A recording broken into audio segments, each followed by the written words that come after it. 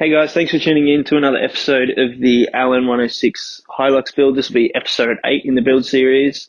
As you can see beside me, we've got the head. So that's had all of its machine work done. It's already been painted. It's already been reassembled, everything like that. So that's really just ready to be put on once the rest of the block's ready. And then here we have the crank. So the crank's had all of its machine work done. And just behind the camera, we also have the engine block, which has had, obviously, its work done. But, yeah, anyways, thanks for tuning in. Let's get into it.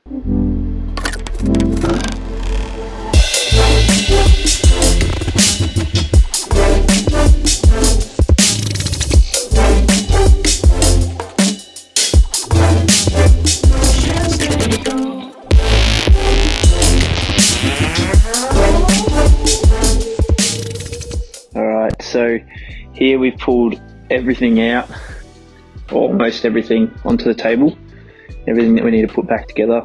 There's still a couple parts that need a little bit of cleaning up.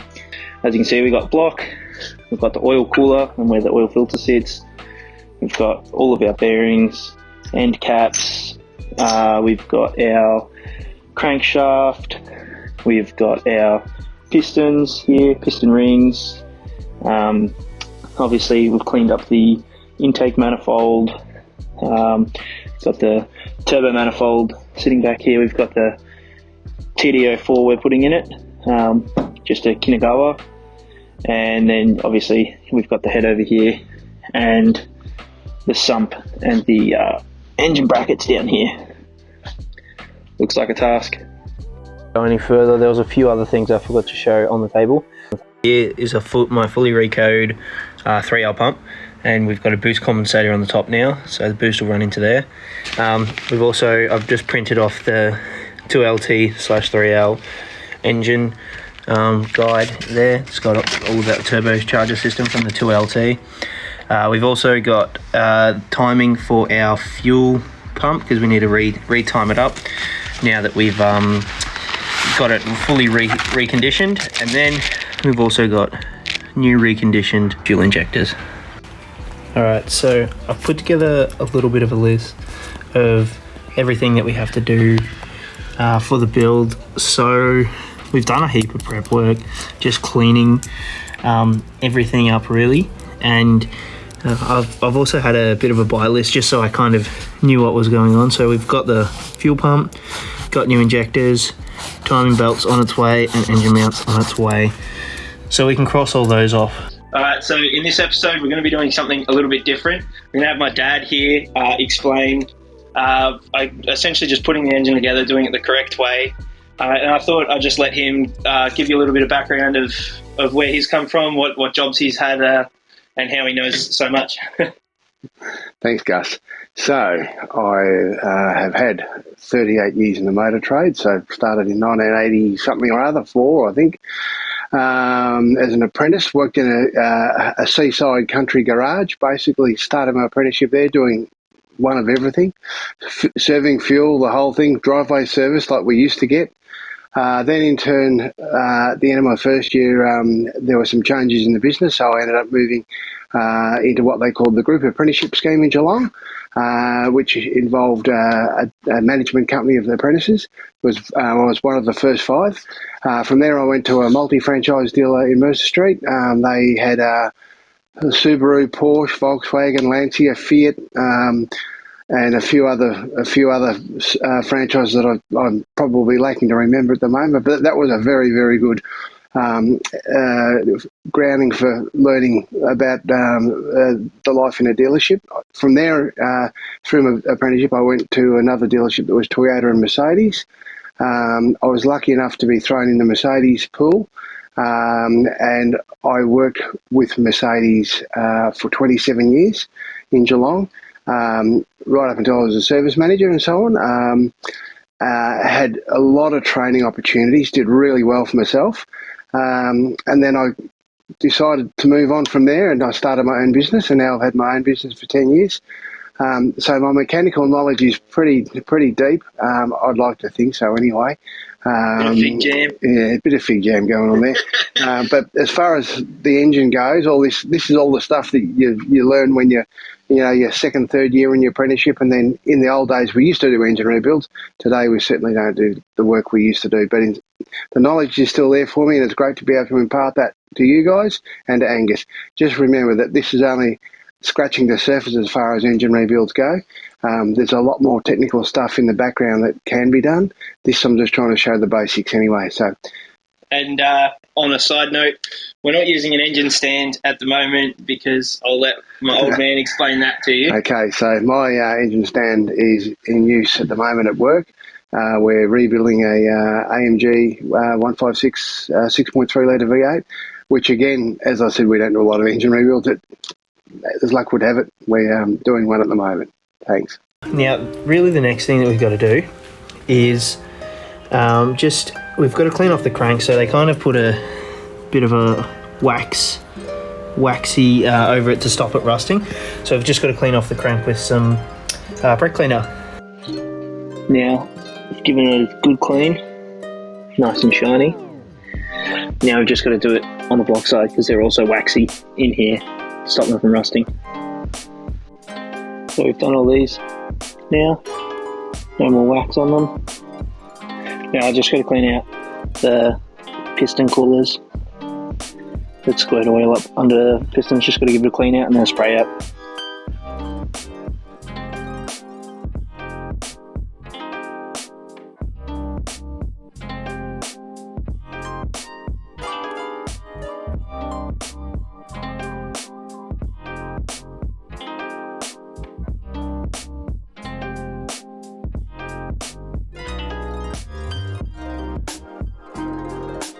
We have the oil sprayers in now. Now we'll just put the crank in next. So here are some of the finer points before the crank goes in, installing the bearings and how the bearings actually stay in place in the block. There's some really simple things that do this. And one of the key things is with engine bearings is to make sure that the surface there is no oil there at all.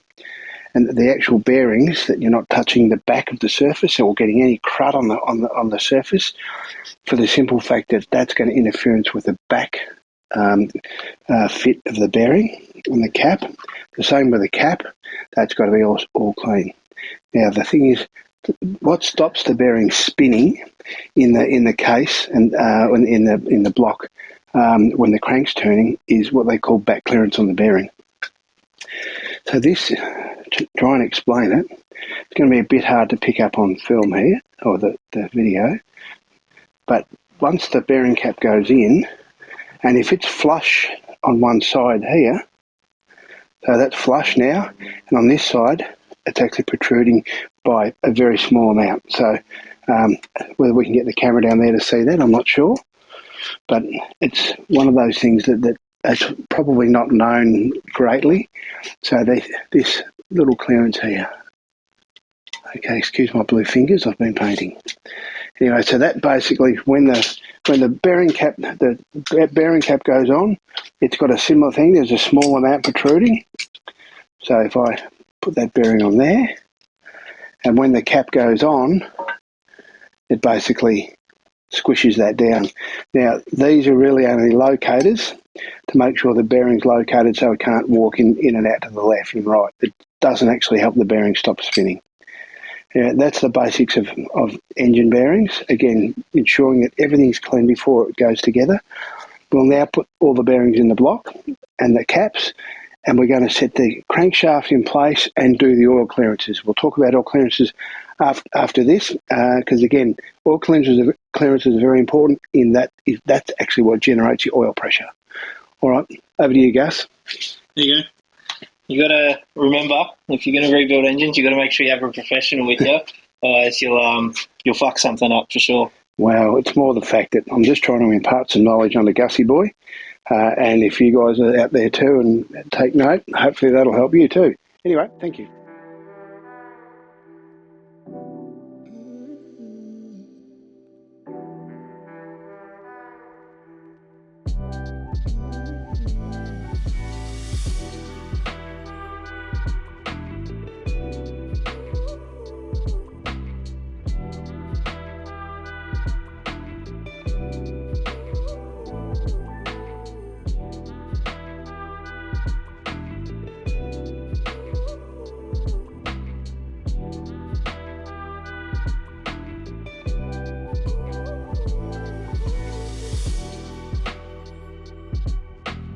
grab it.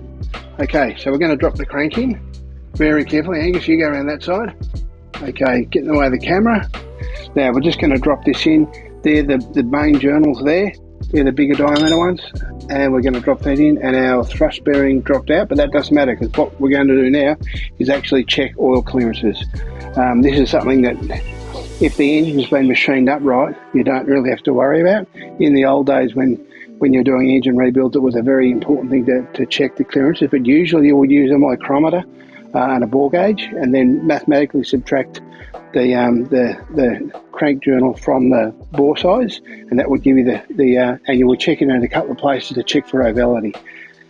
In this case, what we're going to use a stuff called plastic gauge, which basically, we'll come to that in a sec. We'll drop a piece of plastic gauge on the bearings, and then we're going to tighten the caps down and see the crush that we get on the plastic gauge, which that will then determine the oil clearance.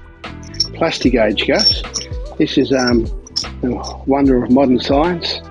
There's the So if you look really carefully on here, you can actually see some figures there, and some the actual bits of writing there. Actually, they actually indicate the oil clearance when you've actually opened this. And there's this tiny weeny little bit of plastic rod, if you like, or plastic something or other. Anyway, we cut that off into pieces, and we put it on the crank, and then we tighten down the bearing cap to its correct tension, and that will then squash, and then that'll indicate. We can then measure the clearance accordingly. So basically what I'm going to do is just break a piece of this off. So there's the little plastic bit of round tubing, or whatever you want to call it. What we're going to do is put the bearing cap on now. And we're going to do that up correctly to the correct tension. We carefully place that down there so we don't move the plastic gauge. We'll then tighten the cap down and tension it. Gus is going to tension it up. Okay, so we've got the plastic gauge under the cap, the bearing cap. We're going to tension these down. What I'm going to do is actually bring the tension down about halfway to what the full spec is. The full spec's 105 Newton meters. Now, when I do, hang on, I'll just use my belly to hold that in place. When I do the 105, I'm going to use a different tension wrench. And excuse me, it's quite an old one, but it's a real good one. I've had it for nearly 40 years. But it's one of the most accurate engine building tension wrenches, and it's very easy to use. It actually has an audible pin, and you can actually watch the little tang here as it comes down, and then you can get an idea, a nice even pull when you're tensioning. I'll go back to the other one. It's got to have a nice, you don't jab on the tension wrench, you just basically get a nice even pull. And any second now, geez, didn't have enough Wheaties. Let's try again. Right, it went click. And again, just nice and easy. Okay, now what we're going to do is take the cap off and check our little bit of crushed plastic gauge. Beauty of these, you can actually turn them backwards. Alright, bolts, you can see the grease on the bolts. Only a very small amount, you don't need a lot. Now we're going to take this cap off. What we're going to do is just rock it back like that. Now, that bit of plastic has been squished. Then what we do here is we actually line it up. Hang on, we'll actually line it up with that. See, it's actually this one here, which is 0.050, which is in clearance, in spec. If we have a look in the millimetres, this is thou, that's 1.5 thou. Okay, and I think the spec from Toyota was saying 0.25 through to 0.1 of a millimetre. So you can see with these, we're actually within spec. So that's fantastic. So that basically achieves the correct oil pressure. That is on the mains. We're going to have to do the same things on the big ends, which are going to be these bearings. So we'll get into that a bit later.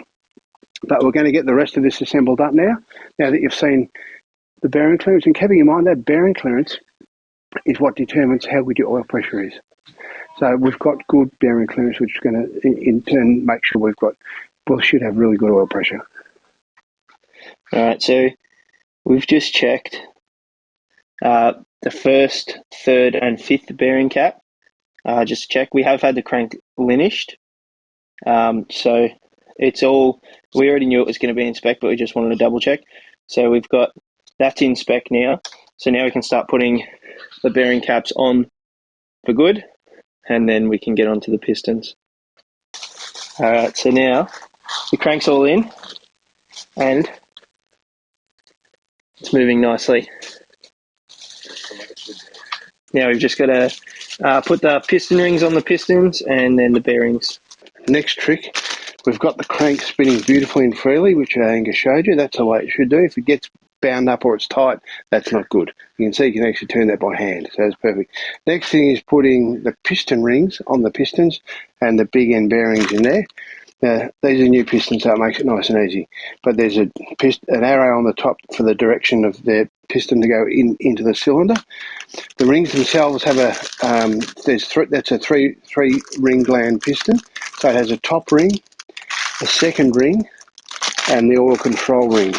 Now that's a two-piece oil control ring. And these rings, they have a top and a bottom when they go on too. So the top ring is actually a full steel ring. The second ring is what they call a molybdenum filled ring, which has got a lubrication surface. And as I said, the oil control rings are two-piece ones. Now, the only thing is, when we actually come to putting the pistons in, I'll show you a little trick on which way to direct the rings and where they should and shouldn't go when we get to that point. But anyway, that's our next job, is to assemble those, and we'll go from there. Alright, so there's a T on the piston ring just there, which that means top. So that's going to be facing to the top of the piston. Okay, so I don't actually have any ring expanders here, but we're going to use a pair of circuit pliers. That will do the job. Alright, Gus, you hold a piston for me. Piston holder, check. Alright. Make sure you have the opposite side of the join. Now, so the join on this, and I'm just going to put that there. At the moment. Oops. Oh, there's the join there.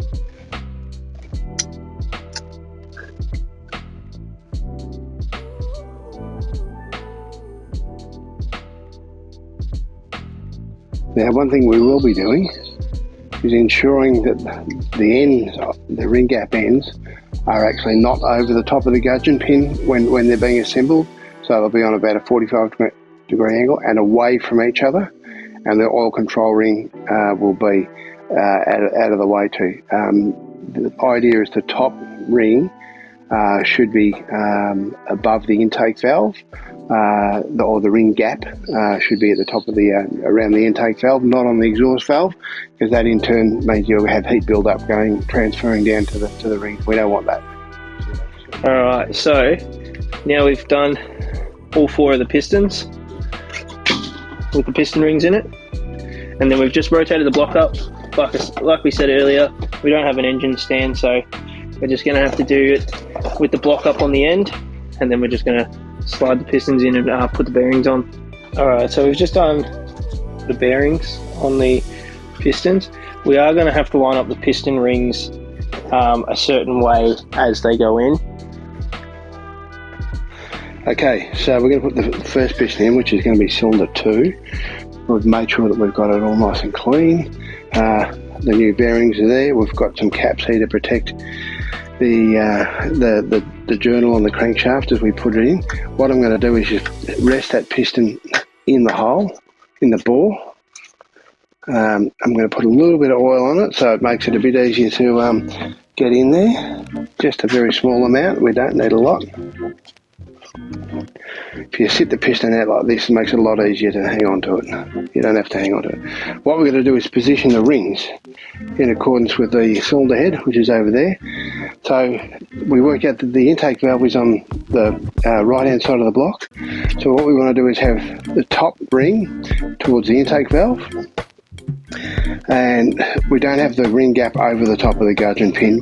We have it to about 35 degrees. So we're going to put the top ring gap there, near the intake valve, and then the second ring we're going to have virtually opposite, but not over the gudgeon pin. And then the oil ring, we're going to put about the gap about there. I think that'll work. Yeah, that'll work. So the gaps are all staggered. Never line them up. All right, so we're going to put the ring compressor on, and that again, another old school ring compressor, like the mechanic, old school. So we loosen it off, slide it over the rings with the piston hanging out of the block. Tighten this back up again, and that will make sure that the rings are actually compressing nicely into the cylinder. You can run the risk of breaking the rings if you don't do it carefully. Right, so I'll just look down there and make sure it's all squished up nicely, which it is. Angus is going to catch the pistons that comes through. So the trick to using a ring compressor, because it's a cylindrical piece that has two pieces overlapping, you've basically got to make sure that the ring compressor is sitting flat on the block. So give it a tap like that, and then we're just going to knock the piston in like so.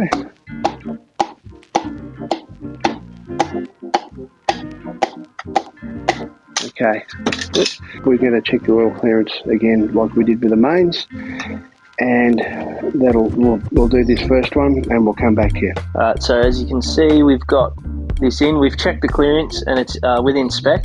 So I'm just going to torque these up and then we'll just turn the crank. And then let's just check that it still wants to spin and it's not binding up. Look at that. Perfect. Any more? Alright, so we've just put all the pistons in and we've torqued them to spec. So now, yeah. So you can see that that's turning nicely.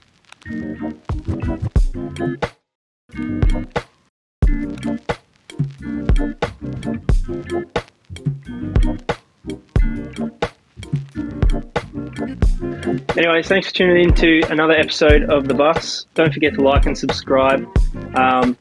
It really does help the channel grow. And yeah, that's everything. Hope you enjoyed today's video.